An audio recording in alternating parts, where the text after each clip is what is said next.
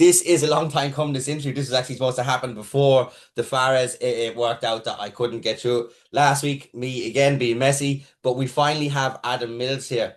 He competed at the Fares show. He competed the weekend gone as well. We're going to let him explain how he felt and went. But how are you? How are you doing? Thank you very much for joining me. Sorry about the delay. How have the past couple of weeks been? You've been very busy competing.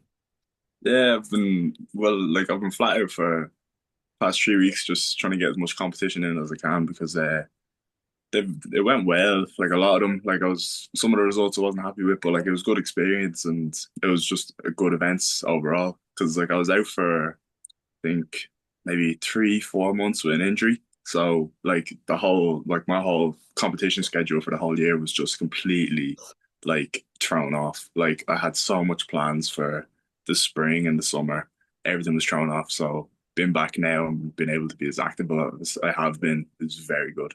It's really nice. And then hopefully there's a strong end to the year. So I wouldn't know a whole lot about BJJ or competitions, but I see every weekend there seems to be some sort of competition, whether it's either like an in-house invitational or like that, like on the far is like an event type of thing. Yeah. Is there a lot for the end of the year that you can kind of catch up on what you've missed out of over the past 4 to 5 months? Yeah, well, basing it off because like last year I would have done all my competitions like during the winter. So basing it off last year, hopefully there should be a good few events. Like I was looking at Smooth Comp and there is a lot. And there is like a few more invitational shows coming up, but I kind of want to get more into those tournament things to get those kind of accolades to just show that you have like a IBJJF medals or more like credential things rather than just one win on a invitational. Yeah, no, I know, and I get you because like that, because I like that IBJJF. I've heard of them. ADCC, which was there run there recently, got Yeah. a bit of coverage from the Energize, which is good as well that they're able to cover and put jiu-jitsu out there a bit more because I don't think there's not really a really big outlet for it like media wise, is there? You do get the people who come and go and they do pictures or they do videography, but you don't really have kind of people who do interviews and stuff like that. More so, kind of like this Yeah. or a sit down interview type of thing, do you? No, it doesn't like probably like yourself or like just little things like that, like MMA medias who like expand into jiu-jitsu, but especially in Ireland, like there's very little. Like there's no like I know there's Irish BJJ magazine, but they don't really like they kind of just do summaries of the things and what's going on, current events. They don't really pull out like athletes, like the top level guys and interview them and all. It's there needs to be more exposure. There needs to be someone that's just going around interviewing all the jiu-jitsu people. Energize show what they did at ADCC, that was pretty good. It was very good exposure because they're like quite a big like group and it was great. It was just great for the sport. Yeah, hopefully, if I had more time, I'd do it. But I'm struggling to do the MMA at the minute myself. Is you've probably seen me the past 4 weeks or something. There's a show next weekend Yeah. after. Then you go to November. There's within 2 weekends. There's three shows. There's two on the same day. One the week before. I'm actually commentating on two of them. So I'm in Derry, then in Belfast. I've been to Cork in the past 2 weeks and Belfast in the past three. But you were talking about the injury there. What was the injury, if you don't mind me asking? So basically, in March, I think it was, I flew over to Berlin. Me and another teammate, we went over to Berlin to compete in a grappling industries. It's like a round robin, like it's kind of just like the local competition. Because we just wanted to compete abroad for the first time, just to kind of get that experience in and see what the level was like in Germany. And I got a foot sweep and didn't think anything of it. Well, your man foot sweep me, but he just kind of stomped on my shin. So I didn't think anything of it, but it like bruised like a ring around like my whole calf. And I was like, oh, that's a bit strange. Then a month later, about Easter time, my leg just started swelling and it just kept swelling and just kept swelling. And eventually it was just like, it was swelled up a lot. And like I could barely walk, like I was on crutches and all. And it was just rough. And had to go into hospital, get it cut open. Basically, it got an infection on the inside. They don't know how, they don't know what it was from because there was no cut, there was no pierced it. So they were just like, your body just reacted in a bad way to like an kind of impact. Oh, and then that's like that when you think nothing of it, and then all of a sudden it's something.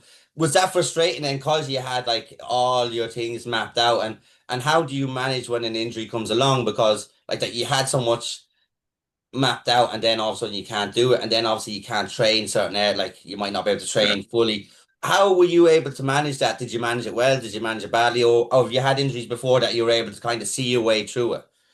Well, that was my first big injury. Like I've been doing martial arts like 10 years, like different disciplines and all. So like that was my first big one where that put me out for a while. So I was like at first I was very lost. But now looking at it, it's probably like one of the best things that could have happened because I started like I wasn't able to work. I wasn't able to train. So I was sat at home just sitting on Instagram harassing everyone in the community. So I made connections from just pissing people off essentially. And like now some of the people that I'm connected with like are good friends or they're like good people to have around. Like so it was a great thing just sitting at home on my ass just pissing people off. When you say harassing, how did you approach this? What do you mean harassing? Were you going into the post, going into the DMs, and what led you to harass them? I was just started posting on my story, just tagging people, being like, "You're a bitch," and just like, and then that was kind of like started getting that personality. And then when I was about to come back competing, I just kept that energy up, and I started going to this open mat called Compound, and basically there's a guy called Fionn there, and me and Fionn both wanted a match on the RLJ Invitational to help them rebuild the gym. Yeah. So there was no opponent. There's no opponent. And Fionn's a bit lighter than me. And then Fionn was like, "Yeah, I'll take the match." So I just took like full Craig Jones approach, just posting memes, just pissing him off, like just like getting pictures of his mother and posting them up and being like, "Winner Right. gets there" and all. And so and it did like me and Fionn are friends. So like at the end of the day, there was no bad blood. Like, but we did go out and go to war. We put on a great show. Like everyone was kind of invested. This is where the whole like fuck Adam Mills thing came from because it was just like he had a little piece of paper that said fuck Adam Mills, got a t-shirt made and all. So Oh, really? yeah. I'd nearly support him in that and buy one. But I like it because like that when you kind of remind me, there's a guy called Dennis Frimpong. I don't know if you're I know familiar with Dennis. him. And he done something similar when he was fighting I can't remember who it was. Chris Morris. And he actually put a picture of your man's mother on his on his dick, on his boxers at the weigh-in. And Yeah, guys like, and then he sparked him. I say, man, imagine someone doing that with your mother's face and then sparking you out would be yeah, fucking mental. But it's good because like that, like I said, there's no bad blood. A little bit of banter can get it a bit interesting as well. And Compound you mentioned there, that's Oisin McCabe. Obviously, Eva yeah. Darcy comes out there, fantastic Jim. He's a fantastic person. But Great lad. with the competing, well, obviously I seen you at the Farah show. That's where the Four Horsemen line came out of yourself, John, and the other lads. What was it like? Was that your first time in a cage or like competing in a cage? No, actually, so basically the whole reason I started MMA was, or started jiu-jitsu was I wanted to do an MMA fight. And they basically had zero grappling, like had no grappling, but there was a grappling studio in the same building that we were in. So I went up and started doing a bit of grappling there. So I started maybe December last year. And then I just started doing a few classes. I started training there like nearly every second day, every day. And the thing got cancelled. So I was like, right, I'll go in and do grappling industries. Went in, got one win, got smashed in the rest of my matches with like 2 months grappling experience. I was like, I love this. Like, this is great. So I went on, did the MMA on like 3 months grappling, basically just got out wrestled the whole thing. And I was like, ah. And then from that time on, like I didn't really compete until the end of summer. And I just kept training. And I ended up just kind of falling in love with jiu-jitsu. So Yeah, that's what a lot of people say that everyone goes to me. I think because I'm 38, so people like not gonna fight, right? It's not gonna happen. I went to training and there's this 18-year-old thumping the head off me. I said, you know what, fuck this, right?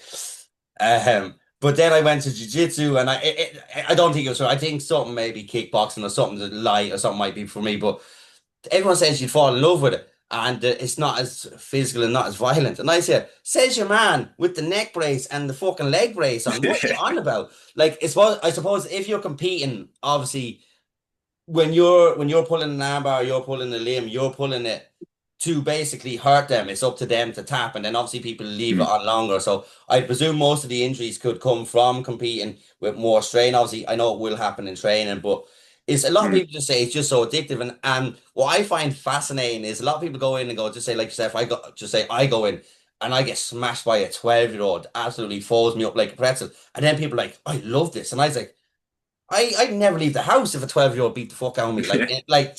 Yeah. But I can kind of see where it is. If someone that young or maybe in a lower, like a lot lower weight than you can do that to you, imagine what you'd be capable of your weight being able to do. Is that what kind of it was that the skill and technique I think is so good and so smooth, and I actually am really, really interested in it and how the body works and how you manipulate limbs. What was it just that made you fall in love with it, if you can remember? It was like I think it was just like because I've always done like so basically I did karate and like kind of kickboxing for about 10 years and I got the black belt in karate and I was like okay I've like not completed it but like I feel like I've reached a level where I can't progress more. So I started looking at MMA. I was like I want to like use this somewhere. Like I don't want to just keep training aimlessly. And like so I kept looking for fights, kept looking for fights. Eventually got it was a novice MMA league. So I was like, right, grand, I'll get a match on that.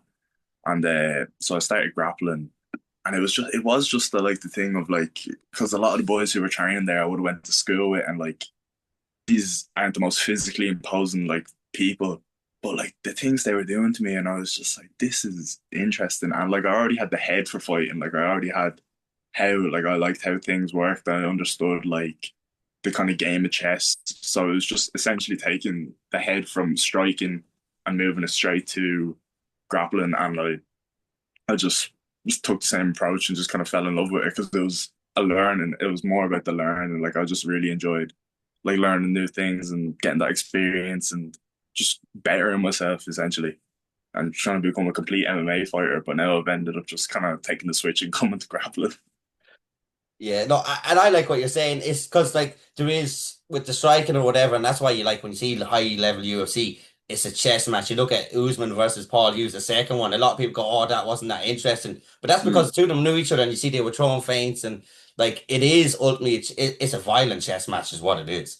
Like jiu-jitsu is like folding clothes with people still in them, is the way I kind of describe Yeah. it. It's a mad, fascinating sport. But what's the kind of scene like? Because for me, I see the scene is pretty big. Like, and what's the community like? You said the ROJ, well, obviously had that unfortunate incident where someone had done whatever, and kind of you could see everyone kind of pull together, do seminars and stuff like that. How do you find the community? Because I find the MMA one is fantastic, and I'm assuming the BJJ one is much the same. Yeah, like genuinely, like, cause like before I kind of moved to BJJ, like I wouldn't have really been involved in any other clubs. Like when I was doing like karate and you're going to a karate competition, like these people were like rivals. Like these were like you were like I wasn't really close, and this was before sport karate, so I was kind of doing more like towards like like it was like freestyle kickboxing kind of competitions. So yeah, but when I started getting involved in the jiu-jitsu community, I just started like because we're all like-minded individuals, like people who fall in love with the sport, like you're obviously gonna have a lot of the same belief. Well, not a lot of the same beliefs, but a lot of the same like thought process behind things. Because like no normal people are doing like this every day of their life for fun. So like a lot of like the friends I've made from jiu-jitsu, like we've just clicked like that because we have common ground, and then you start talking about things outside of jiu-jitsu, and it's like great. But genuinely, like ever since getting involved and like more involved in the community, like the community is some of the nicest people you'll ever meet, some of the best people. There's obviously some egos, there's some this, they're always gonna have that in a sport. But like from the base level, like most people I've met, I've gotten along with, I've gotten been friendly. Like I've zero enemies in this sport kind of thing. Like even people I'm competing against, like where speaking on the regular or training at open mats. Like, so it is just a good community. It's a sense of belonging. That's like what everyone wants. It's a sense of belonging, and that's a great thing. You know, I'm surprised that you have no enemies after you abused everyone the whole time you were out injured. But look, it just goes to show they're obviously the forgiving type. But yeah, I get what you're saying, and it's the same with MMA. When I kind of came in, I was accepted. Like I've no sports, like a combat sports background, and I think it was because I took an interest in trying to promote the regional scene, and they really appreciate that I was doing. And like you said, there's always one asshole like in a gym. Like there's, but I think overall, I've been in different circles, whether it be GA, soccer, rugby. I Mm, think it's the least amount of assholes is in combat sports. 99% of people are nice. You're all there for a reason. Like you said, you've similar beliefs, similar kind of cultural things, and I just think it's fantastic because like that, you're getting humbled every day on the mats as well. And I think mm. jiu-jitsu, I think it's just, like for people, it's to be able to stick at it for so long. It just shows that there's a dedication and discipline and a willing to learn. And I just hats off to anyone who competes in any combat sports. But what's left for it? Do you have anything booked for the rest of the year? What's your plan? Have you been looking around? Have you been calling anyone out on your stories lately? Well, basically, there's a little thing called tag team jiu-jitsu, and I so me and John Kavanagh were basically we're going. We have a little team set up, and we're doing a tag team jiu-jitsu on the 22nd of November. I'm actually like I'm a bit injured at the moment, but I should be ground by the 22nd of November. Yeah, no, that was the one because I said it's like WWE. I commentated on the previous show and Yeah, I just thought it was fascinating because like someone could have you in a leg lock, you just reach out and then you have to stand back up. It was it was actually like that. People go, "Oh, it's a bit gimmicky," but it was different for people who might not like they wouldn't be as interested in jiu-jitsu. That made it a bit fun. It's a bit mm, different, and it was the first time I kind of seen it, so I thought it was a cool concept. And like when yeah, me and you were talking about, you're like, it sounds class, and I'm glad you actually are going up to do it. I won't be yeah. doing some commentating on another show, but I will be looking out for yourself and John to see how the two horsemen do in in that one. But is there anything else booked or like is there any events in mind that you know that's kind of running that you'd like to get on?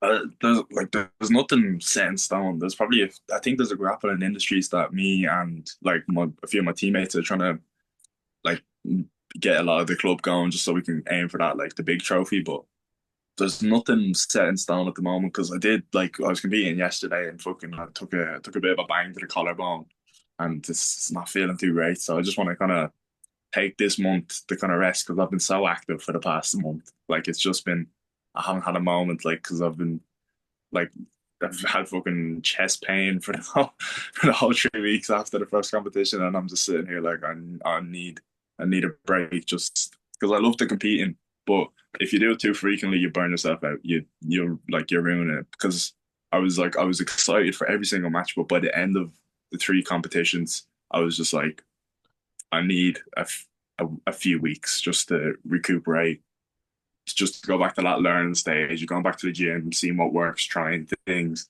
because you can't constantly be in competition mode because you won't learn. Yeah, and like that, you need to rest your body because your health is your wealth. You don't want to get injured again. Mm, And I know what you're saying though, because if I'm kind of when I wasn't doing interviews, I'd done none. And then when I did do interviews, I was like, I have to go 100%, 3 interviews a day. And then yeah, after 2 or 3 months, I'm burnt out and then I stop again. So it's trying to manage that, and especially with you being out and you love competing. So what I was going to say, I'm going to let you go. Is there anything you want to say before you go on to anyone you want to shout out? Or uh, in a good way or a bad way? I want to shout out all the Gillian Donahue fan club.